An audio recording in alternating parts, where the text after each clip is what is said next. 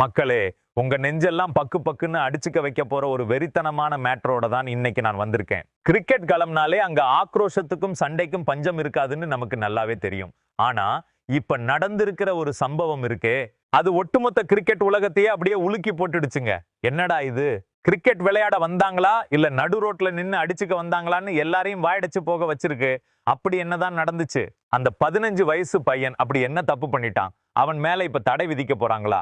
இதையெல்லாம் நீங்க முழுசா தெரிஞ்சுக்கணும்னா இந்த வீடியோவை ஒரு செகண்ட் கூட ஸ்கிப் பண்ணாம கடைசி வரைக்கும் பாருங்க. பார்த்துட்டு உங்களோட அனல் பறக்கிற கருத்தை கமெண்ட்ல சொல்லுங்க. என்னங்க விவகாரம்னு கேக்குறீங்களா? ஸ்ரீலங்கா அணிக்கும் நம்ம இந்தியா அணிக்கும் நடுவுல ஒரு பயங்கரமான த்ரில்லான மேட்ச் நடந்துச்சுங்க. மேட்ச் சும்மா சாதாரணமா முடியல. சூப்பர் ஓவர் வரைக்கும் போய் அப்படியே நரம்பு தளர்ந்து போற அளவுக்கு விறுவிறுப்பா இருந்துச்சு. ஆனா பாருங்க, அந்த மேட்ச் முடிஞ்ச உடனே தான் அங்க அசிங்கமான ஒரு கூத்து அரங்கேறி இருக்கு. நம்ம இந்தியா அணியோட வைபவ் சூரியவன்ஷிக்கும் ஸ்ரீலங்கா அணி வீரருக்கும் நடுவுல மைதானத்திலேயே பயங்கரமான சண்டை வெடிச்சிருக்கு. சும்மா வாயால பேசிக்கிட்டு இருந்தவங்க ஒரு கட்டத்துல கைகலப்புல இறங்கி ஒருத்தரை ஒருத்தர் கொடூரமா முட்டி தள்ளிக்கிட்டு நெஞ்சில கை வச்சு பயங்கரமா தள்ளி விட்டுக்கிட்டாங்க. மக்களே, நல்ல வேலை அங்க சுத்தி இருந்த மத்த வீரர்கள் எல்லாம் ஓடி வந்து நடுவுல புகுந்து அவங்கள பிரிச்சு விட்டாங்க.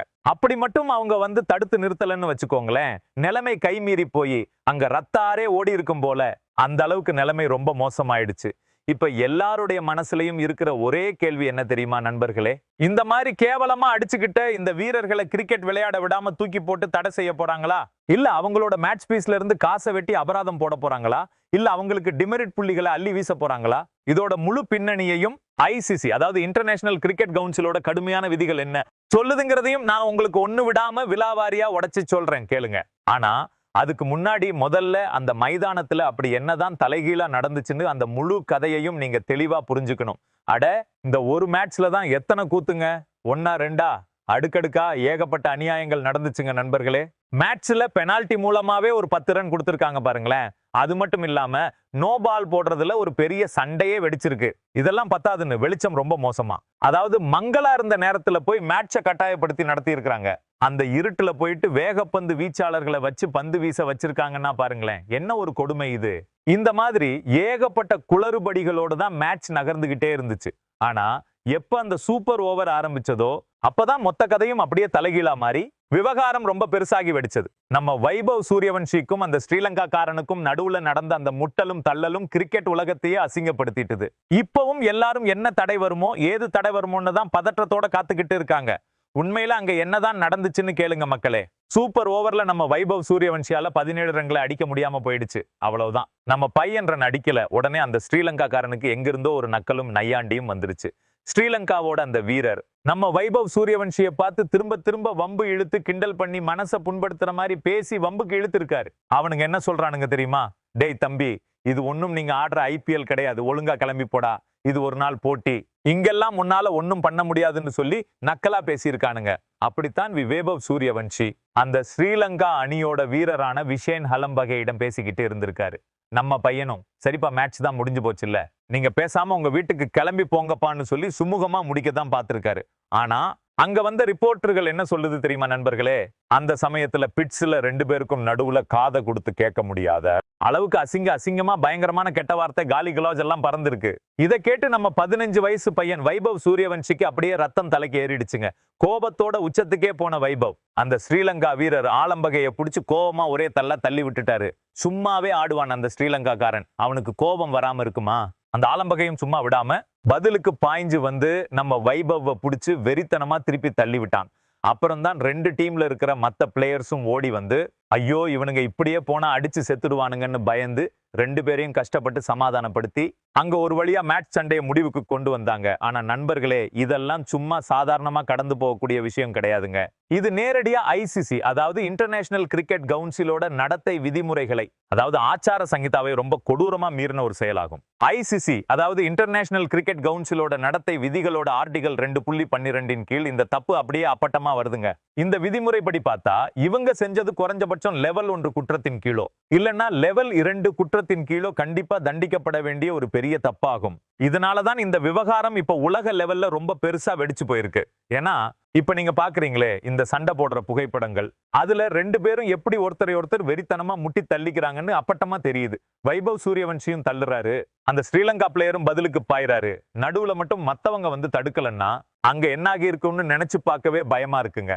உண்மையை சொல்லணும்னா இந்த மாதிரி மைதானத்துக்குள்ள கை வைக்கிறது, அடிச்சுக்கிறது, தள்ளி விட்டுக்கிறதுக்கெல்லாம் ரொம்ப ஆபத்தான கொடூரமான விளைவுகள் காத்துக்கிட்டு இருக்கும். ஆனா இங்கதான் ஒரு பெரிய ட்விஸ்டே இருக்கு நண்பர்களே. இந்த ஐசிசி அதாவது இன்டர்நேஷனல் கிரிக்கெட் கவுன்சில் இருக்குதே, அது பொதுவாகவே இந்த மாதிரி அணி தொடர்கள் சம்பந்தப்பட்ட ஒழுங்கு நடவடிக்கை விவகாரங்கள்ல தலையிடவே முடியாது. எந்த ஒரு முடிவையும் அவங்களால எடுக்கவே முடியாதுங்க.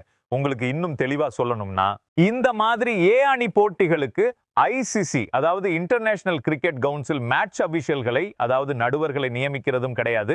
அவங்க மேல எந்த ஒரு நடவடிக்கையும் எடுக்க போறதும் கிடையாது. அதனால இந்த 15 வயசு பையன் வைபவ் சூரியவன்ஷி மேல எந்த விதமான ஐசிசி நடவடிக்கையும் இப்போதைக்கு வரப்போறது கிடையாது. அதுதான் நிஜம். ஒருவேளை இந்த மேட்ச்ல ஐசிசி அதாவது இன்டர்நேஷனல் கிரிக்கெட் கவுன்சிலோட அதிகாரிகள் மட்டும் சம்பந்தப்பட்டிருந்தாங்கன்னு வச்சுக்கோங்களேன், கண்டிப்பா இந்த வீரர்களை கூப்பிட்டு வச்சு வெளுத்து வாங்கி கடுமையான கண்டனங்களை தெரிவிச்சிருப்பாங்க.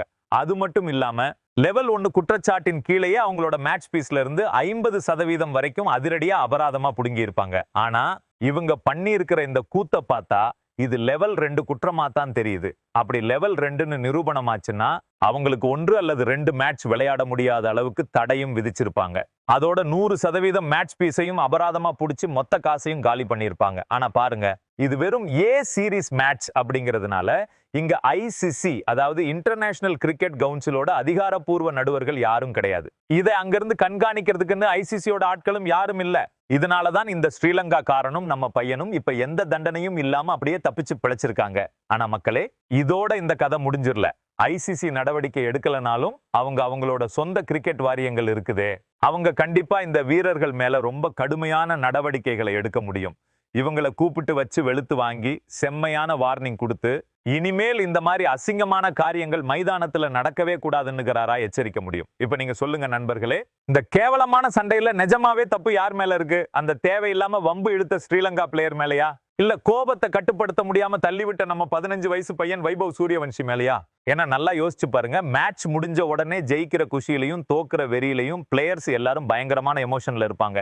அங்க இருக்கிறவங்க சும்மா இருக்காம, டே இது ஒன்னும் ஐபிஎல் கிடையாது போடா, உன்னால இங்க சிக்ஸர் எல்லாம் அடிக்க முடியாது, ஐபிஎல்ல மட்டும் சும்மா வெளுத்து வாங்குவ, இங்க வந்து ஏன் இப்படி சொதப்புறன்னு சொல்லி குத்தி காட்டி பேசும்போது எப்பேற்பட்டவனுக்கும் கோபம் பொத்துக்கிட்டு வர்றது இயற்கை தானே. அதுவும் நம்ம வைபவ் இந்த மேட்ச்ல சரியா ஆடாம பிளாப்பா போயிருந்ததால ரன் அடிக்க முடியலையேங்கிற விரக்தியில இருந்திருக்காரு. அந்த நேரத்துல போய் ஜெயித்த கர்வத்திலையும் தோற்ற ஆத்திரத்திலையும் இப்படி மாத்தி மாத்தி பேசி வம்புக்கு இழுத்தா சண்டை வராம என்ன பண்ணும் சொல்லுங்க மக்களே. இத பத்தி நீங்க என்ன நினைக்கிறீங்க? யார் மேல தப்புன்னு உங்களுக்கு தோணுது இருக்காரு? அந்த நேரத்துல போய் ஜெயித்த கர்வத்திலையும் தோற்ற ஆத்திரத்திலையும் இப்படி மாத்தி மாத்தி பேசி வம்புக்கு இழுத்தா சண்டை வராம என்ன பண்ணும் சொல்லுங்க மக்களே. இத பத்தி நீங்க என்ன நினைக்கிறீங்க? யார் மேல தப்புன்னு உங்களுக்கு தோணுது? எதையும் யோசிக்காம டக்குன்னு கீழே இருக்கிற கமெண்ட் பாக்ஸ்ல வந்து உங்களோட அதிரடியான கருத்துக்களை பதிவு செய்யுங்க. அப்படியே நம்ம சேனலையும் சப்ஸ்கிரைப் பண்ணிட்டு போங்க மக்களே.